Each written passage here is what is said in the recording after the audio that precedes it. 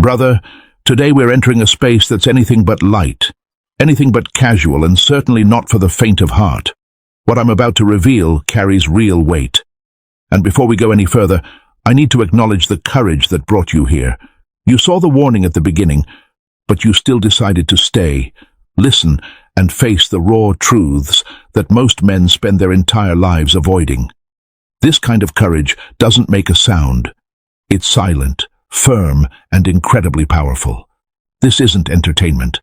We're not talking about tricks, charisma, seduction techniques, or rehearsed advice. We're talking about the truth.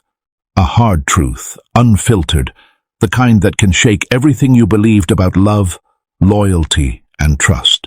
A truth capable of reopening old wounds, scars you thought were long healed.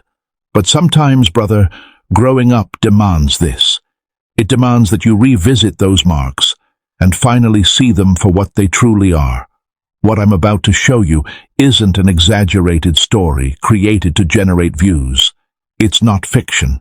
This comes from research, from real pain, from the silent voices of men who have carried their suffering alone.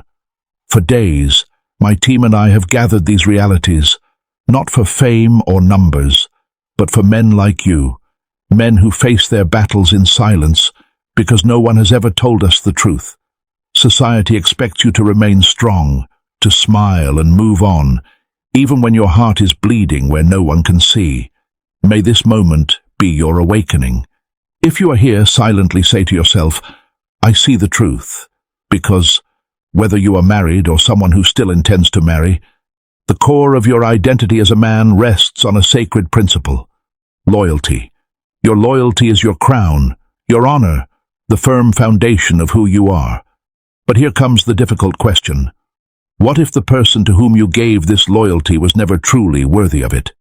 Not to shake you, brother, but to protect you. Before we delve even deeper into this storm, grant me just half a minute, not for myself nor for ego, but for something greater than both of us. Out there, beyond the streets we walk every day, there are lives suffering in silence, creatures that cry out at night, not from illness, but from hunger. Cats roaming the streets, abandoned dogs, forgotten animals that have no voice, yet remain God's creations, worthy of compassion. I don't come from a wealthy family. I don't have corporate sponsors or luxurious studios supporting me. What I truly have is you, your presence, your support, your strength. You have taken this mission further than even my own family ever could. Together we started something, not for applause or recognition, but to feed these silent and defenseless lives. Even a small contribution, the value of a simple cup of coffee, can keep one of these creatures alive tonight. If your heart feels this calling, then do it. Not out of obligation, but out of compassion. That alone is enough. Now take a deep breath, because from this moment on, brother, we enter the fire. November 6th, 1948, Chicago, M25. A 34-year-old man named David Miller was just beginning a story that would forever mark his soul. He wasn't famous or rich. He was simply an ordinary man with a heart full of loyalty.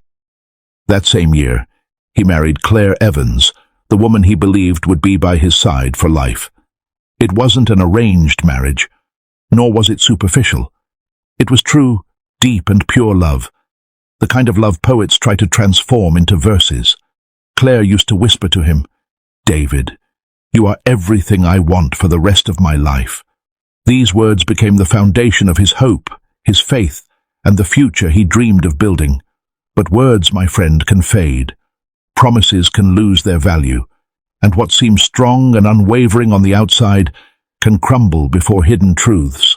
Months passed, and small arguments began to arise, not because of betrayal or malice, but because of everyday things, bills, dinners, simple differences. However, these small cracks began to reveal something deeper, a silent estrangement, a growing void between two souls that should have walked together. David worked tirelessly, holding down 2 jobs, morning and night. He possessed no material wealth, but he was rich in determination. His true wealth was loyalty. He never dreamed of luxury.